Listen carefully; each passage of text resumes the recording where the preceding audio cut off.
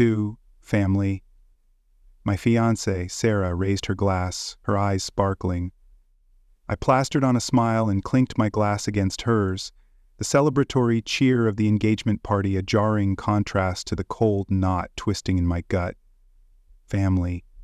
The word felt like a rusty nail scraping against bone. It's always the same. Any gathering, any celebration, any casual conversation. It always comes back to family. And that's when the lie slips out, smooth and practiced, like a well-worn coin. I'm an only child, I say, the words a shield against the questions, the judgment, the pity. But it's not a lie, not really, not in any way that matters. Genetically, sure, I have siblings, 3 of them to be exact, half-siblings, legacies of a messy, scandalous past that wasn't my doing, but that I've been paying for my entire life. You see, I'm what they call a double affair baby. My mom and dad were both married to other people when they met, a cliché story of stolen glances, whispered phone calls, and a reckless abandon that resulted in me. They blew up 2 marriages, hurt a lot of people, and ultimately ended up together. In theory, a happy ending. In reality, a minefield I've been navigating since birth. They're kids from their first marriages. They never accepted me, never claimed me. I was a stain on their family history, a living reminder of their parents' infidelity. They were all older than me, practically grown by the time I came along. From the moment I could understand, I felt their hostility, their resentment, their utter disdain. They were gone, moved out and building their own lives by the time I was 9. After that, I saw them maybe a handful of times. Obligatory holiday dinners where the air crackled with unspoken animosity. The last time was 7 years ago. Each encounter was a painful reminder that I wasn't wanted, that I was an outsider, that I didn't belong. One of them, my half-brother David, actually said to me, his voice dripping with venom, "The world would be a better place if you'd never been born, or if you just disappeared." I was maybe 15 at the time, and those words cut me deeper than he could ever know. So, yeah, I claim I'm an only child. It's easier, it's cleaner, it avoids the awkward explanations, the forced sympathy, the judgmental stares. Plus, I only have siblings through genetics, not through a bond, not through shared experiences, not through anything that resembles a family. I'm pretty sure they would all leave me for dead on the side of the road if given the chance. Hell, maybe they'd even help push me. Sarah gets it. She knows my whole messed up history, and she agrees. "You're an only child as far as I'm concerned," she said once, squeezing my hand.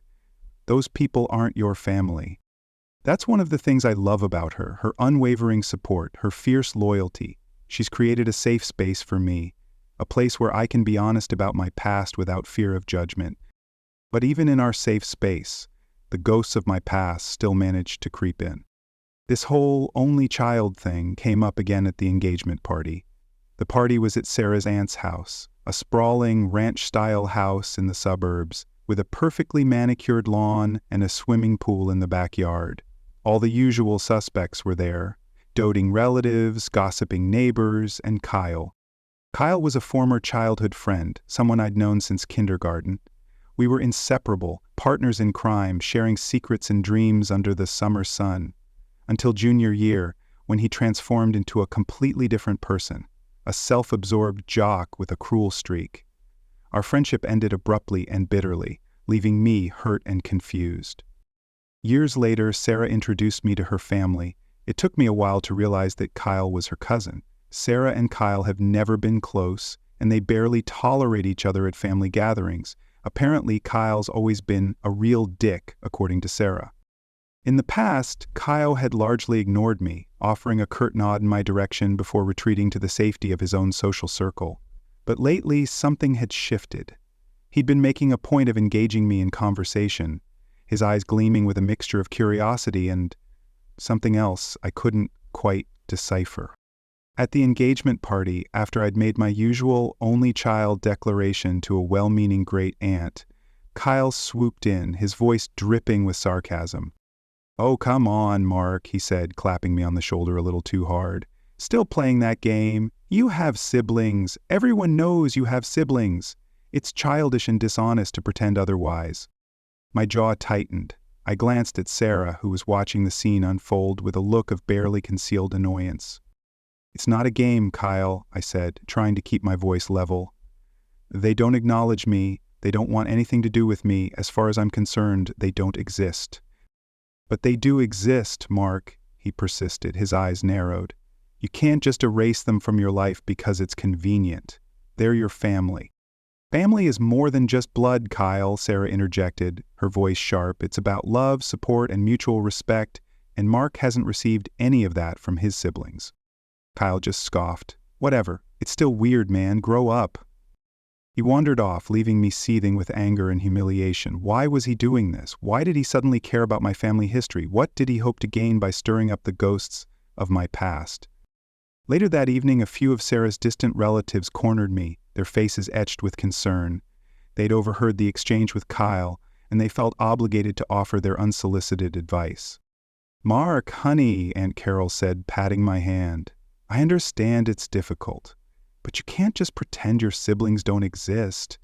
Things could change. They might come around someday. And if they do, you'll look foolish denying them," Uncle George chimed in. "It's best to be upfront to avoid awkward situations later on." "We have discussed how if they don't claim me or count me when talking about siblings, they have, then I won't count them," I shot back.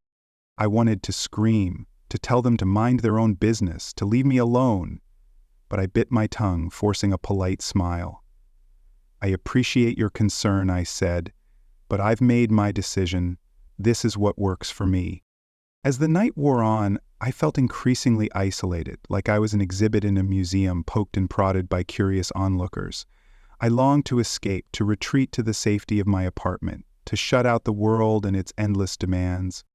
Sarah, sensing my discomfort, took my hand and squeezed it gently. "Let's get out of here," she whispered. "I think we've had enough family for one night." Back at our apartment, I collapsed onto the couch, exhausted and emotionally drained. Sarah sat beside me, wrapping her arms around me. "I'm sorry, honey," she said, stroking my hair. "Kyle's a jerk. And those relatives, they just don't get it." "It's not your fault," I mumbled, burying my face in her shoulder. I hate talking about it. It makes me feel like I'm being judged, like I'm somehow less of a person because of my past." She held me tighter, her warmth a comforting balm against the chill that had settled in my bones. "You are not less of a person, Mark," she said fiercely.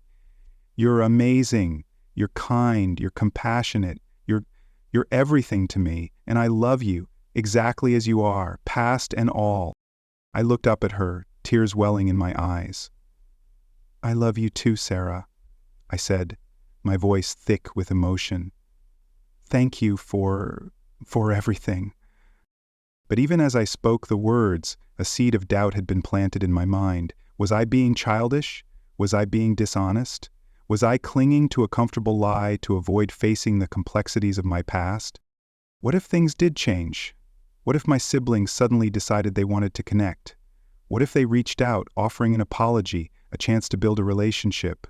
Would I be able to forgive them? Would I be willing to let them into my life?